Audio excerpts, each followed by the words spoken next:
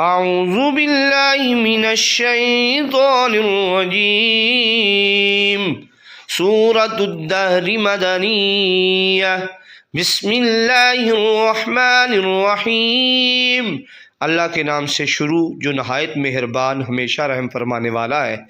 هل اتى على الانسان حين من الدهر لم يكن شيئا مذكورا۔ بے شک انسان پر زمانے کا ایک ایسا وقت بھی گزر چکا ہے کہ وہ کوئی قابل ذکر چیز ہی نہ تھا۔ اِنَّا خَلَقْنَا الْإِنسَانَ مِن نُطْفَةٍ أَمْشَاجٍ نَبْتَلِيهِ فَجَعَلْنَاهُ سَمِيعًا بَصِيرًا۔ بے شک ہم نے انسان کو مخلوط نطفہ سے پیدا فرمایا جسے ہم نے تولد تک ایک مرحلہ سے دوسرے مرحلہ کی طرف پلٹتے اور جانچتے رہتے ہیں، پس ہم نے اسے ترتیب سے سننے والا پھر دیکھنے والا بنایا ہے۔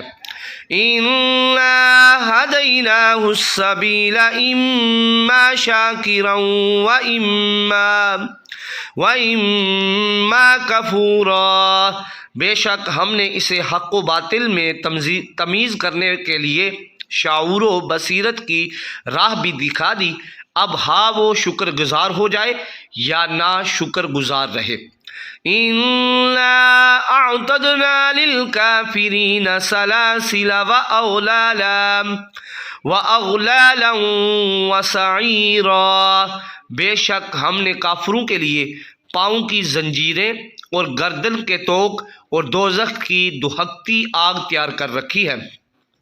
ان الابرار یشربون من کأس کان مزاجها کافورا۔ بے شک مخلص اطاعت گزار شراب طہور کے ایسے جام پیئیں گے جس میں خوشبو، رنگت اور لذت بڑھانے کے لیے کافور کی آمیزش ہوگی۔ عینا یشرب بها عباد اللہ یفجرونها تفجیرا۔ کافور جنت کا ایک چشمہ ہے جس سے خاص بندگان خدا یعنی اولیاء اللہ پیا کریں گے، اور جہاں چاہیں گے دوسروں کو پلانے کے لیے اسے چھوٹی چھوٹی نہروں کی شکل میں بہا کر بھی لے جائیں گے۔ یوفون بالنذر ویخافون یوما کان شرہ مستطیرا۔ یہ بندگان خاص وہ ہیں جو اپنی نظریں پوری کرتے ہیں اور اس دن سے ڈرتے ہیں جس کی سختی خوب پھیل جانے والی ہے۔ وَيُطْعِمُونَ الطَّعَامَ عَلَى حُبِّهِ مِسْكِينًا وَيَتِيمًا وَأَسِيرًا۔ اور اپنا کھانا اللہ کی محبت میں خود اس کی طلب و حاجت ہونے کے باوجود اساراً محتاج کو اور یتیم کو اور قیدی کو کھلا دیتے ہیں۔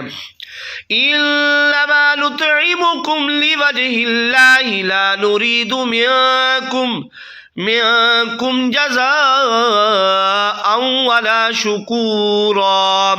اور کہتے ہیں کہ ہم تو محض اللہ کی رضا کے لیے تمہیں کھلا رہے ہیں، نہ تم سے کسی بدلہ کے خواستگار ہیں اور نہ شکر گزاری کے خواہش مند ہیں۔ اِنَّا نَخَافُ مِن رَبِّنَا يَوْمًا عَبُوسًا قَمْطَرِيرًا۔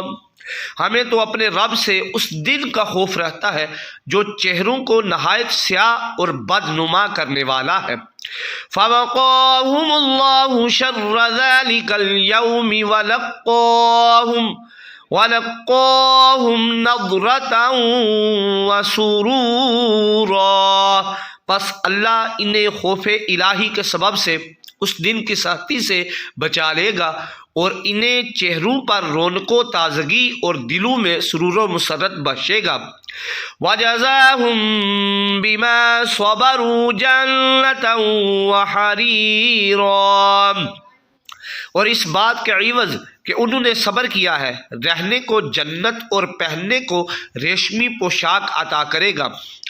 متکئین فیہا علی الارائک لا يرون فيها شمسا ولا زمهريرا، یہ لوگ اس میں تختوں پر تکیے لگائے بیٹھے ہوں گے، نہ وہاں دھوپ کی تپش پائیں گے اور نہ سردی کی شدت۔